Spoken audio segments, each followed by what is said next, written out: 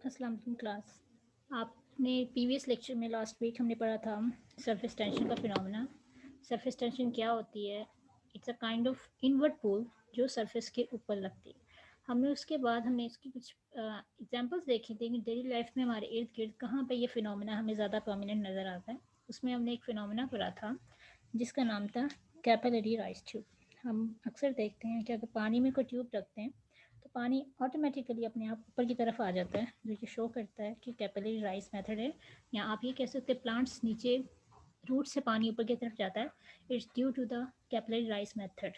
ठीक, तो उसको एग्जाम्पल के तौर पे आज हम स्टडी करेंगे, लेकिन उससे पहले हम आज स्टडी करेंगे सबसे इंपॉर्टेंट चीज़ कि लिक्विड्स दो तरह के होते हैं।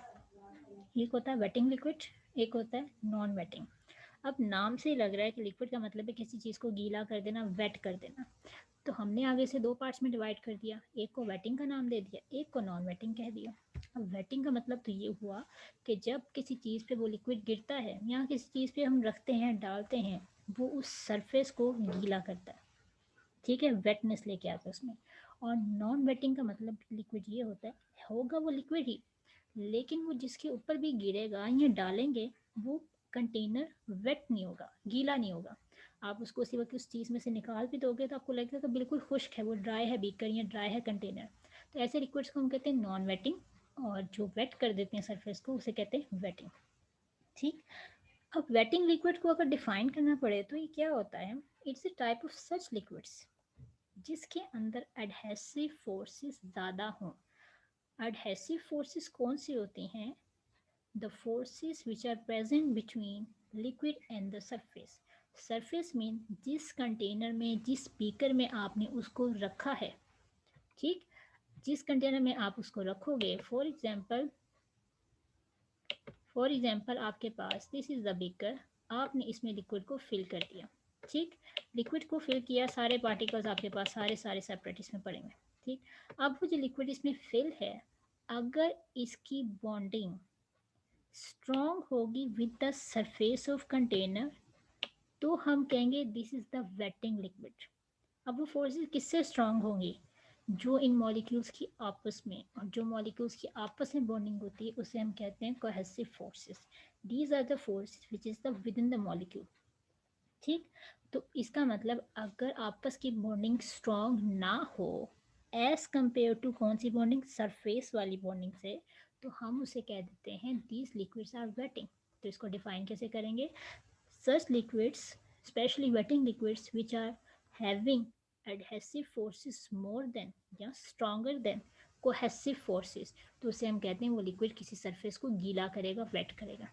दूसरी तरफ अगर हम बात करते हैं नॉन वेटिंग लिक्विड की, उसका मतलब होता है ऐसे लिक्विड्स हैं जिनके अंदर आपस में बॉन्डिंग बहुत स्ट्रांग है, वो बॉन्ड बनाने की कोशिश ही नहीं करेंगे, उनके आपस के मॉलिक्यूल इतने टाइटली पैक हैं, वो किसी के साथ बॉन्ड ही नहीं बनाएंगे, उनका आपस में बॉन्ड बना रहेगा।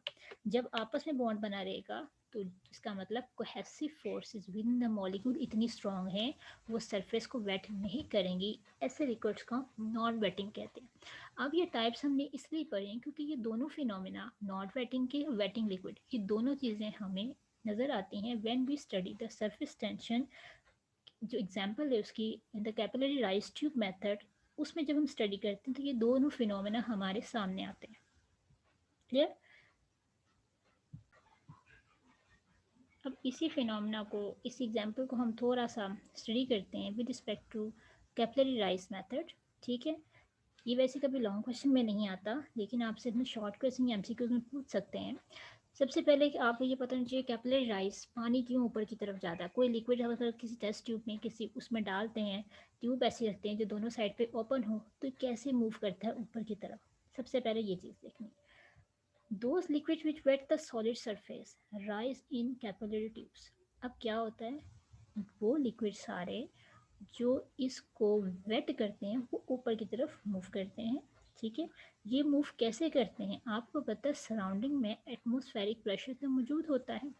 ठीक, आप ये भी पता है जब वो उसको प्रेस आउट करेगा तो ये पार्टिकल्स अंदर की तरफ मूव करते हुए इस ट्यूब के अंदर की तरफ जाएंगे। जब ये ट्यूब के अंदर की तरफ जाएंगे तो ये टॉप की तरफ उठेंगे। ठीक है, तो इसका मतलब जो इसकी सरफेस टेंशन है, इनवर्ड पुल है पार्टिकल्स की, वो इसको अंदर की तरफ मूव करवाता है।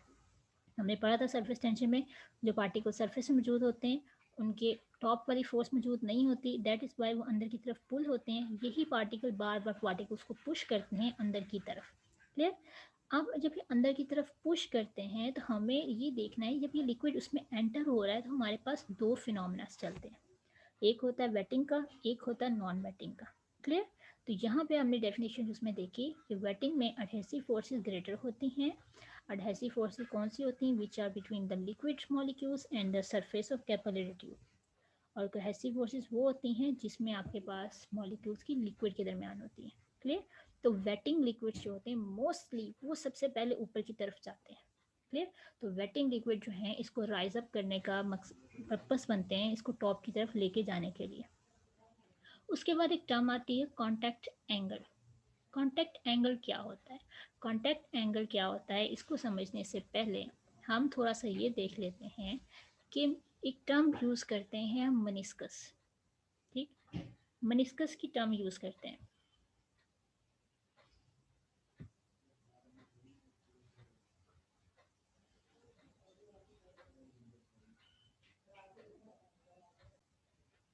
हम जब भी पानी को या किसी लिक्विड को कैपिलरी ट्यूब में डालते हैं तो ऊपर की तरफ मूव करती है। और आपको थोड़ा सा पता हो कि जब चीज़ ऊपर की तरफ जाती है, इवन कि हम छोटी क्लास में टाइट्रेशन करते थे, इंटर में आपने टाइट्रेशन पढ़ी होगी, तो हम उसमें कहते हैं कि जब लिक्विड आपके ऊपर डल जाए, आप उसको कैरी ऑन कर लो, डाल लो, ऊपर की तरफ ले जाओ, तो उसके अंदर आपके पास एक मेनिस्कस आती है।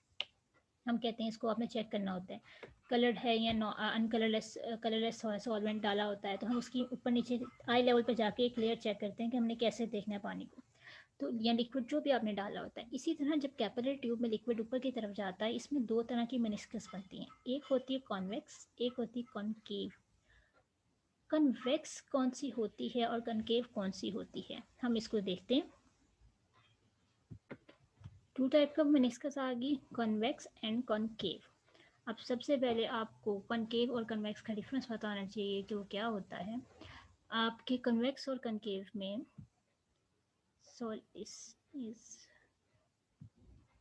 दिस इज कनकेव, ये आपके पास कनकेव है। कनकेव का मतलब होता है अंदर की तरफ, जिसके एज से कॉर्नर से आपकी चीज़ हाइट पे हो और जिसकी आपके सेंटर से चीज़ आपके पास मिडल में हो, आपके पास लोअर लेवल पे हो। तो ये आपके पास है कॉनकेव, ठीक है, जो अंदर की तरफ एरिया है। और ये है कॉन्वेक्स जो ऊपर की तरफ उठा हुआ। क्लियर। हम कहते हैं कि ये दोनों जो मेनिस्कस बनती हैं ये डिपेंड करती हैं कि आपके पास लिक्विड होगा वेटिंग नेचर का या नॉन वेटिंग का। क्लियर। तो यानी इसका मतलब आपको वेटिंग और नॉन वेटिंग में डिफरेंस करना पड़े तो on the basis of meniscus भी कर सकते हैं। अगर किसी लिक्विड की आपके पास मेनिस्कस लॉयर बन रही है तो इसका मतलब फ़ौरन से आपके जहन में आना चाहिए कि आपके पास जो मेनिस्कस अगर लॉयर है तो इसका मतलब वो लिक्विड वेटिंग नेचर का होगा। और अगर उसकी मेनिस्कस ऊपर की तरफ की हम ले रहे हैं तो दैट मीन्स वो लिक्विड जो आपके पास होगा इट इज़ नॉन वेटिंग। अब नॉन वेटिंग है तो इसका मतलब ये कन्वेक्सिंग नेचर है। अब हम ये देखते हैं कि इसमें अंदर कुछ कॉन्टैक्ट, एंगल ऑफ कॉन्टैक्ट बनता है। ठीक है। एंगल ऑफ कॉन्टैक्ट का मतलब ये है कि अगर आपके पास कैपिलरी ट्यूब आपके सामने है, उस कैपिलरी ट्यूब में आपके पास जो मौजूद है आपके सामने, ये जो बाउंड्री लाइंस है इस कैपिलरी ट्यूब की जो सरफेस हैं, इसके एज पे हम 90 के एंगल में एक नॉर्मल ड्रॉ करते हैं। ठीक, वो नॉर्मल कुछ इस तरह का ड्रॉ होता है। ये नॉर्मल 90 के एंगल पे ड्रॉ हो गया। इसका मतलब इस साइड पे भी आपके पास एंगल में क्या वैल्यू है, 90। अब अगर हम देखें जो हमारे पास लेयर आ रही है उसका एंगल कहाँ जा रहा है, 90 से नीचे की तरफ जा रहा है। तो इसका मतलब ये जो एंगल आपके सामने होगा इसको हम कह देते हैं एंगल इज़ लेस देन 90, इसे हम कह देते हैं वेटिंग लिक्विड। और ये इन case of concave lens, concave meniscus आता है। अगर इसी चीज़ को हम स्टडी थोड़ा करें कि जब लिक्विड थोड़ा सा राइज कर जाता है टॉप पे और वो कन्वेक्स एंगल बनाता है, हम इसे कहते हैं ऐसे लिक्विड नॉन वेटिंग होते हैं और इनकी जो एंगल की वैल्यू होती है 90 होती है। एंगल कौन सा बन रहा है, द कॉन्टैक्ट एंगल, यानी जहाँ पे मॉलिक्यूल्स इसकी सरफेस को टच कर रहे हैं। The contact angle is more than 90, it is a non waiting in nature. Non waiting surface को वेट नहीं करता है। ओके। अब इस चीज़ को हम यहाँ पे थोड़ा सा अपनी आपकी बुक से थोड़ा स्टडी कर लेते हैं। जब भी लिक्विड राइज करता है it makes concave meniscus upward as shown in the diagram 2.4p, जो आपके पास नीचे है। तो ये देखें कन्वेक्स कनकेव बन रही है, अंदर की तरफ एक डीप आ रहा है। केव का मतलब होता है गार, तो गार अंदर की तरफ गहरी होती है, तो इसका इनर पार्ट थोड़ा सा गहरा है और एजिस से ये टॉप पे है। तो ये जब टाइप ऑफ मेनिस्कस जो होती है ये आपके पास किस में आती है, वेटिंग लिक्विड में आपके सामने आती है। तो वेटिंग लिक्विड जो आपके पास होते हैं ये आपके पास उसमें आती है। तो जो वेटिंग लिक्विड्स आपके सामने हैं उसमें आपके पास मेनिस्कस आ गई कनकेव। ठीक, कनकेव में एंगल क्या होता है, it is less than 90। Clear. तो कॉन्टैक्ट एंगल भी हमें समझ आ गया क्या होता है, the angle which is between the edges of the surface, जहाँ पे लिक्विड जाके उससे जुड़ रहा है। तो ये आपके पास सॉलिड और लिक्विड का जो इंटरफेस है जहाँ पे आपके पास आता है उसे हम कहते हैं कॉन्टैक्ट एंगल। फिर अगर ये अंदर की तरफ डीपनेस होगी तो हम उसे कहते हैं वेटिंग है। अगर ये डीपनेस ऊपर की तरफ आएगी, बाहर की तरफ निकलेगा, तो उसे हम कह देते हैं कन्वेक्स, और उसे हम ये कहते हैं वो नॉन वेटिंग लिक्विड है। क्लियर। तो आपने इसको ब्रीफली थोड़ा सा पॉइंट्स बना के अपने रजिस्टर पर नोट्स बना के भी आप कर सकते हो। इसको रट्टे नहीं लगाना, इसको एज इट इज़ बस थोड़ा सा देख लेना, गो थ्रू कर लेना, शॉर्ट क्वेश्चन इससे बन सकते हैं। ओके, उसके बाद हमारे पास है those liquid depress in the capillary tube make convex meniscus, upward, ऊपर की तरफ बनी हो। The contact angles greater than 90 as shown in the diagram. आप अपने डायग्राम को देखो, आपकी डायग्राम पे क्या बना हुआ आ रहा है। आपकी डायग्राम पे देखो ये एंगल ऊपर की तरफ आ रहा है। अब आप यहाँ से गौर करो, क्या आपके पास जो एंगल यहाँ पे बना है, आप जब इसे थोड़ा सा स्टडी करो, ये ऊपर की तरफ इतना नहीं गया। वाई, बिकॉज आपके पास ये लिक्विड जो था वो नॉन वेटिंग है, और जो नॉन वेटिंग होती है उसकी वजह से कैपिलरी राइज बहुत अच्छा नहीं होता, इसलिए ये टॉप की तरफ शो नहीं किया गया। तो इसकी जो मेनिस्कस आपके सामने आ रही है, ऊपर वाली मेनिस्कस जो आपके टॉप पे है वो आपके पास क्या है, कनकेव है। तो जो ऊपर से एंगल आपके पास आएगा वो आपके पास क्या होगा, सॉरी कन्वेक्स है। जो angle it is more than 90 from the centre, और एजिस से वैसे ही अंदर की तरफ डीप है। क्लियर। तो ये कॉन्वेक्स मेनिस्कस आ गई कैपिलरी ट्यूब की, और इसमें अगर लिक्विड मरकरी है वो आपके पास वेटिंग नहीं होता। अगर आपको थोड़ा पता हो, घर में हम थर्मोमीटर यूज़ करते हैं, अगर उसके अंदर का मरकरी टूट जाए, आप बॉयल पानी में थर्मोमीटर को रखते हैं तो वो टूट जाता है, और मरकरी जो होता है वो उसमें तैरता रहता है। अगर उसमें से आप निकाल भी लोगे तो वो किसी को गीला नहीं करेगा। तो इसका मतलब मरकरी वैसे तो बहुत हार्मफुल होता है, उसे हाथ में नहीं पकड़ना, डेंजरस है। तो मरकरी जो होता है वो नॉन वेटिंग होता है, इसको किसी लिक्विड में डाल देना, ये अपने ही पार्ट्स बना के सेपरेट टहलता रहेगा, ये किसी के साथ बाइंड नहीं करेगा। तो इसका मतलब ये नॉन वेटिंग आपके पास है।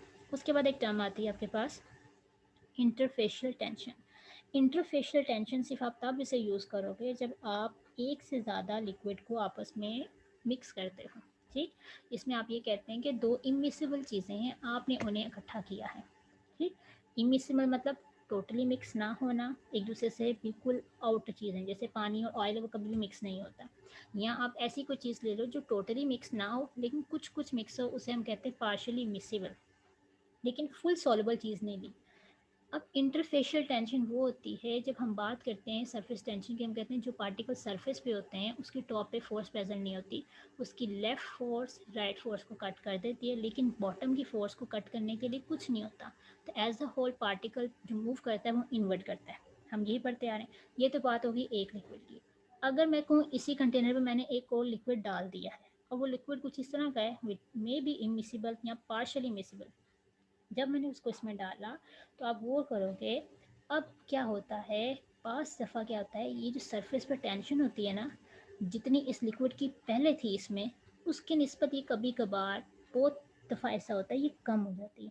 अब ये कम क्यों होती है, एक्चुअली में क्या होता है कि जब दो लिक्विड को हमने डाला तो उनके पार्टिकल्स तो एक दूसरे के पास आए, आमने सामने आए, तो may be for some instance जो पार्टिकल दूसरे लिक्विड के ऊपर डाला गया है वो इसके पार्टिकल को अपनी तरफ पुल करने की कोशिश करे। तो इसका मतलब यहाँ पे कुछ क्या होगा आपके सामने, फोर्स टॉप वाली को बॉटम वाली कैंसिल कर देगी, तो सरफेस टेंशन क्या हो जाएगी, कम हो जाएगी। तो ये इन केस आपके पास अगर ऐसा केस हो तो उसे कहते हैं इंटरफेशियल टेंशन।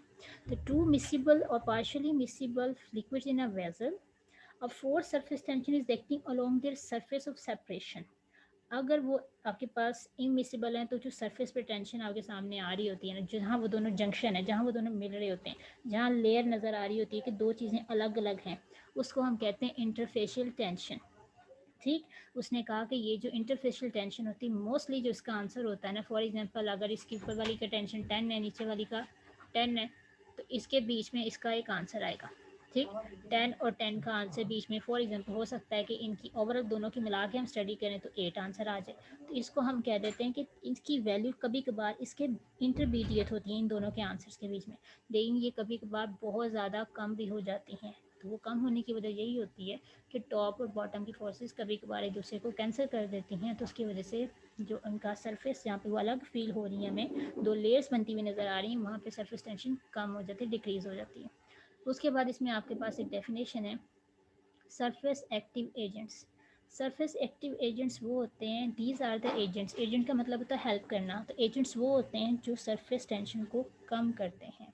ठीक, अभी कम किसको करते हैं? Those substance which lower the surface tension of water are called surface active agent. Clear? Surface active का मतलब है सरफेस एरिया को बढ़ा देना, उन्होंने उसकी एक्टिविटी को इंक्रीज कर देना है और सरफेस टेंशन पानी की कम कर देंगे। For example, substance like soap, detergent, methyl alcohol, ethyl alcohol, acetone, ये वो सारे सब्सटेंस हैं जो सरफेस टेंशन पानी के सरफेस टेंशन को कम करते हैं। फॉर एग्जांपल आपसे कहा जाए कि किसी कपड़े के ऊपर ग्रीस लगा हुआ है, आपको बोलो फ़ौरन से मैं इसको पानी से वॉश करो, क्या उसमें से वो ग्रीस का दाग या तेल का ऑयल का दाग उतरेगा? बिल्कुल नहीं उतरेगा। उसकी वजह क्या होगी? सरफेस टेंशन पानी की बहुत ज़्यादा है, वो उसके अपने पार्टिकल्स मिल ही नहीं रहे उसको उसके साथ ज्वाइन अप करने के लिए। तो जैसे ही हम, अकेला पानी तो कुछ नहीं करेगा, लेकिन अगर मैं उसके अंदर कुछ क्या डाल दूँ, मैं उसके अंदर कोई सॉप डाल दूँ, कोई डिटर्जेंट डाल दूँ, तो वो क्या करेंगे? ये सर्फ जो डिटर्जेंट्स होते हैं, सॉप होते हैं, ये पानी के अंदर जब डालेंगे, पानी के अंदर थोड़ा सा मिक्स होंगे, तो आपको भी हमने पढ़ा कि दो चीज़ों जब मिलती हैं तो सरफेस टेंशन मोस्टली क्या हो जाती है? सरफेस पे जाके थोड़ी सी कम हो जाती है। जब ये सरफेस टेंशन कम होगी, जहाँ पे ये एक दूसरे से मिल रहे होंगे, तो आपको फील होगा कि हाँ, अब जो चीज़ पानी के अंदर मिल गई है उसने सरफेस टेंशन को कम कर दिया, जहाँ पे ये मिले इंटरफेशियल टेंशन कम हो गई, तो आप कहोगे हाँ, आप ग्रीस का दाग पानी की वजह से मिट सकता है। ठीक, तो grease mix up into the soap solution, तो ग्रीस का दाग को पानी ने आराम से मिटा दिया। क्लियर? तो इसका मतलब क्या हुआ कि अगर आपसे पूछा जाए, एक छोटा सा क्वेश्चन जनरली पूछा जा सकता है कि वाटर की सरफेस टेंशन को कैसे कम करना है, तो आप फ़ौरन से बोलोगे by using surface active agents.